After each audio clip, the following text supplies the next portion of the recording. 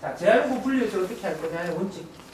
재사용 가능한 것은 재사용 합니다. 독산화동의 공유상자예요. 이게 프리 사이클링. 재활용 센터나 재사용 매장 장터를 이용을 합니다. 다음에 사용하지 않은 중고 물품은 가급적 재사용 매장에 기부를 합니다. 아름다운 가게에 기부 서비스를 이용할 수도 있습니다. 기부 서비스를 이용하시면 기부금 영수증을 발급받아서 연말에 소득공제로 자원순환 마을 만들기 운동에서 독산사동에서 했던 겁니다. 우리 동네 재사용 지도 만들어서 주민들한테 수리 수선하는 곳이 어디에 있다고 하는 것들을 다 정보를 제공합니다. 모르고 계시는 분들 많더라고. 같이 조사했던 독산사동의 주민 한 분도 가방 꽂히는 게 있네. 와, 내가 찾았는데 뭐 이렇게 얘기했어요. 다음에 물품 공유 서비스를 이용하는 방법이 있습니다. 은평구에 있는 물품 공유 센터입니다. 가정에서 자주 사용하지 않는 것들은 굳이 살 필요가 없다는 거죠. 물품 공유 센터에서 그냥 빌리면 되는 거예요. 특히 캠핑 장비 같은 거. 그래서 이 렌탈 서비스를 이용해서 물품을 공유하면서 굳이 살 필요가 없게 만들어줍니다. 자, 재활용품으로 분리배출할 때 분리배출 표시가 된 것은 분리배출합니다. 두 가지 의미입니다. 분리배출은 분리배출하면 재활용하겠다는 소비자와 생산자의 약속. 두 번째, 우리가 물건 살 때 재활용용 낸 거예요. 따라서 분리배출 표시가 된 것을 분리배출하는 것은 소비자의 의무이면서 소비자의 권리입니다. 두 번째, 내용으로 만드시고 오염물질은 세척을 합니다. 세척을 하면은 폐수 발생하지 않나요? 또 질문 들어와요. 그러면 사지를 마시든지요. 어차피 우리가 소비를 하는 순간부터 오염은 불가피합니다. 최악의 오염이냐 아니면 차악이냐 선택하는 겁니다. 세척해서 재활용하는 게 훨씬 더 나은 방법입니다. 두 번째, 어느 정도까지 세척해야 되나요? 세제로 빡빡 씻어야 되나요? 한 번 정도 헹궈주는 성의를 보이시면 됩니다.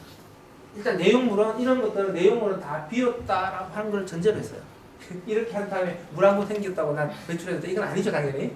테이프, 라벨 등 이물질은 제거합니다. 요구르트 병 같은 경우에는 알루미늄 마개를 제거를 하셔야 됩니다. 요구르트 병은 플라스틱 재질이 PS 재질이에요. PS 재질은 물에 가라앉습니다. 페트, PS, PVC 이런 재질이 물에 가라앉아요. 그러면 플라스틱 재활용 공장에서 요구르트 병을 부셔가지고 물에 띄우면 어떻게 돼요? 요구르트 병이 가라앉아요. 알루미늄도 당연히 가라앉죠. 그러니까 선별이 안 됩니다. 그래서 이것은 우리가 분리배출 단계에서 손으로 알루미늄을 제거해 주셔야 합니다. 페트병, 마개와 라벨은 떼셔야 됩니다. 그런데 마개는 이렇게 해서 분리배출하시면 재활용이 안 됩니다. 재활용 되겠다라고 해서 분리배출 하시지만 선별장에서 선별이 어려워요. 손으로 선별한다고 했잖아요. 부피가 너무 작기 때문에 저거 선별하기 힘듭니다. 재활용을 하게 하려면 어떻게 되면 1년 동안 모으시면 돼요. 아니면은 어떤 거점센터를 통해서 합심해서 모으시면 돼요. 아니면 아파트 분리배출 하실 때에 마개만 따로 모으는 비닐봉투를 하나 설치하면 돼요. 이게 아니면은 그냥 플라스틱 통에 던지면 재활용 안 됩니다. 마개를 닫아서 버리게 되면은 선별장에서 압축을 하는데 압축이 어려워요. 차선책으로 제가 권해드리는 것은 라벨은 제거하시고요. 일단 라벨은 소비자가 제거하는 걸 원칙으로 합니다. 제거를 하시고 마개 같은 경우에 일단 떼고 나서 이제 마개가 없는 빈 페트병을 한 2초간 노려보세요. 그러면 이제 어제 술 마시고 늦게 들어오신 남편을 생각하시면서 그러면 분노가 일어나서 발로 팍 말게 되죠. 그래서 페트병을 발로 압착을 한 다음에 다시 마개를 닫습니다. 그러면은 재활용 업체 가서 파쇄를 하게 되면은 페트는 가라앉고 마개는 떠요. 재활용 업체에서 분리해서 그것만 모아서 재활용이 가능합니다. 이 방법을 사용할 수가 있습니다. 근데 최선은 아니에요. 알루미늄 마개를 페트병이라 하더라도 반드시 제거를 해야 됩니다. 물에 깔아게. 디스펜서병 마개 같은 경우는 안에 철심이 들어가 있습니다. 그래서 디스펜서 마개는 반드시 제거하셔서 분리배출하셔야 됩니다. 재활용은 안 됩니다. 소주병의 병뚜껑은 어떻게 해요? 닫아서 배출하셔야 됩니다. 왜? 소주병은 세척해서 재사용한다고 했죠. 유리병을 보호해 줍니다. 분리배출된 재활용병은 유리병은 녹여서 재활용한다고 했잖아요. 용광로 안에 들어가야 되기 때문에 마개는 이물질이에요. 그래서 마개를 떼셔야 돼요. 재활용이 안 되는 건 배출하면 안 됩니다. 흔히들 많이 헷갈리는 건 냄비 뚜껑. 유리병하고 재질이 달라요. 유리병에 냄비 뚜껑 집어넣으시면 유리병 재활용을 방해를 해요. 그래서 종량제 봉투로 넣으셔야 합니다. 그다음에 크리스탈전 같은 경우에는 납이 들어가 있는 경우가 있습니다. 그래서 이것도 분리배출하시면 안 되고요. 그다음에 믹서기 같은 거 버리실 때 잘하려고 하시면서 굳이 이걸 두 개를 떼서 이거는 유리병에 집어넣으세요. 이것도 냄비 뚜껑하고 유사한 재질이 많습니다. 쓰레기로 처리해야 돼요. 그래서 수거를 하지 마시고 통째로 그냥 배출하시면 됩니다. 사기 그릇은 당연히 안 되겠죠. 플라스틱 중에서 밥그릇, 접시 같은 거 멜라민 수지죠. 멜라민 수지는 열경화성 수지입니다. 열경화성 수지는 안 녹는 플라스틱이에요. 플라스틱이라고 하는 것은 녹아야 재활용이 됩니다. 따라서 열경화성 수지는 재활용이 안 되죠. 멜라민 수지는 폐기물로 버리자 합니다. 다음에 부피가 작은 것들은 선별장에서 선별이 안 됩니다.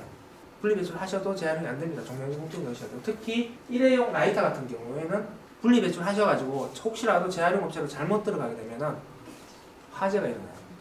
파시할 때 불꽃이 튀잖아요. 그래서 절대 이건 위험 폐기물이에요. 종량제 봉투에 넣으셔야 됩니다.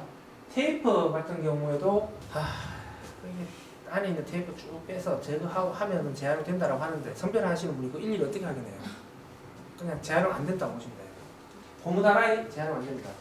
요거는 욕실에 있는 대야 같은 것은 재활용 됩니다. 요거 PP예요. 구분하시겠죠?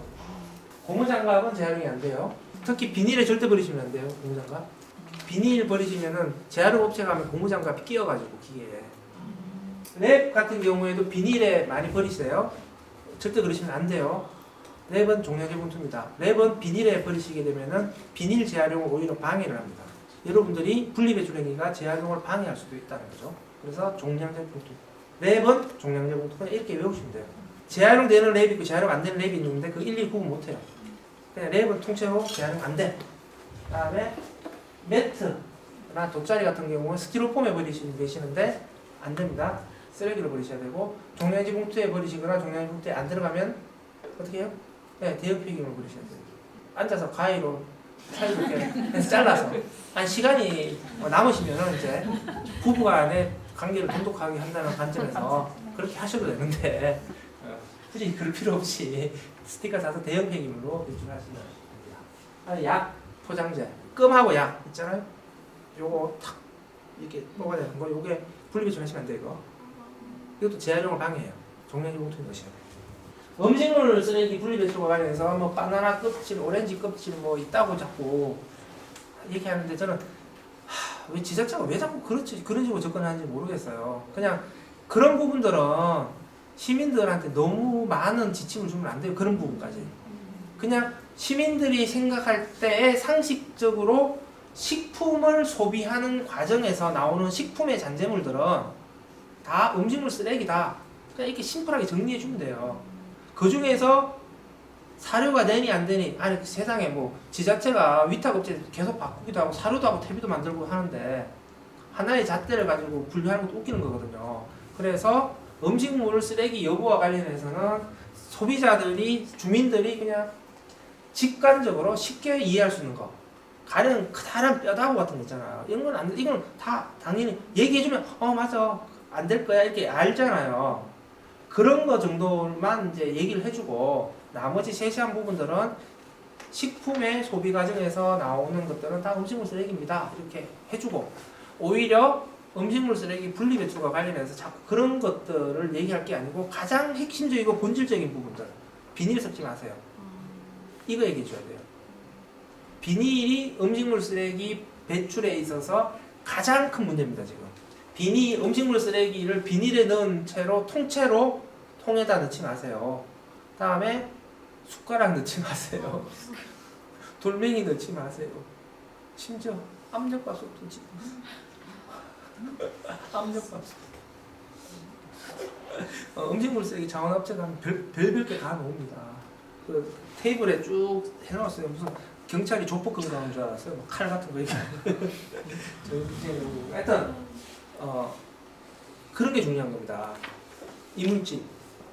다음에 유리조각 칼날 등 손상성 폐기물은 안 됩니다. 이렇게 유리조심이라고 하는 표시판을 부착해 주셔야 됩니다. 다음에 형광성 폐건전지는 이렇게 수방으로 가시고, 폐의약품 같은 경우에는 일단은 폐의약품과 관련해서 제일 핵심적인 거, 폐의약품은 변기로 버리시면 안 된다. 특히 액상의 약은 변기로 많이 버리세요. 소비자들한테, 주민들한테 집중 홍보해야 될 부분들은 약국 가져가라 얘기하기 전에 변기로 버리시면 안 된다라고 하는 것을 먼저 홍보를 해줘야 돼요. 강물에 항생제 성분이 그렇게 많이 검출된 이유가 그런 거거든요. 그래서 강물에 변기로 버리시면 안 된다. 그 다음에 어떻게 버려야 될 거냐? 약국으로 버리셔야 됩니다. 근데 약국이 안 받아줄 수 있잖아요. 그럼 어떡하는 소리냐? 종량제 봉투에 넣으시면 돼요.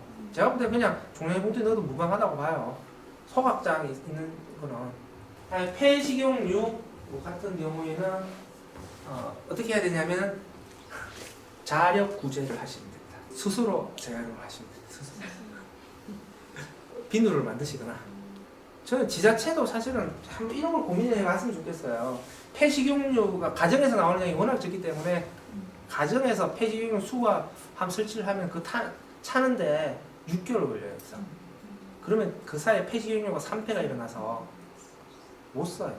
그럼 어떻게 해야 되냐? 저는 통닭집이나 피자집이나 우리가 배달을 많이 시킬 때 그 가게들을 좀 거점으로 삼아도 된다고 봐요. 왜냐하면 그런 가게들은 식용유를 많이 쓰는 가게들은 폐식용유를 식용유 재활용 업체한테 팔아요. 이미 식용유 재활용 업체하고 연결돼 있어요. 그러면 가정에서 이제 식용유 빈통에다가 모아요.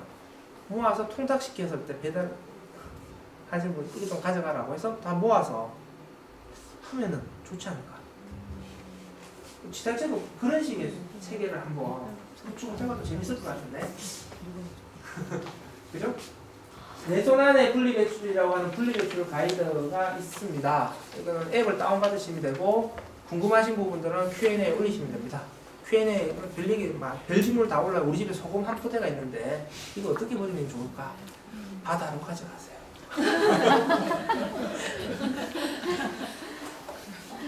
요코하마시에서는 분리배출 앱이 있어요. 채팅. 인공지능이 답변을 해줍니다. 그래서 요코하마시 앱 주부님께서 이렇게 질문을 던졌습니다. 우리 남편은 어떻게 배출하면 되냐?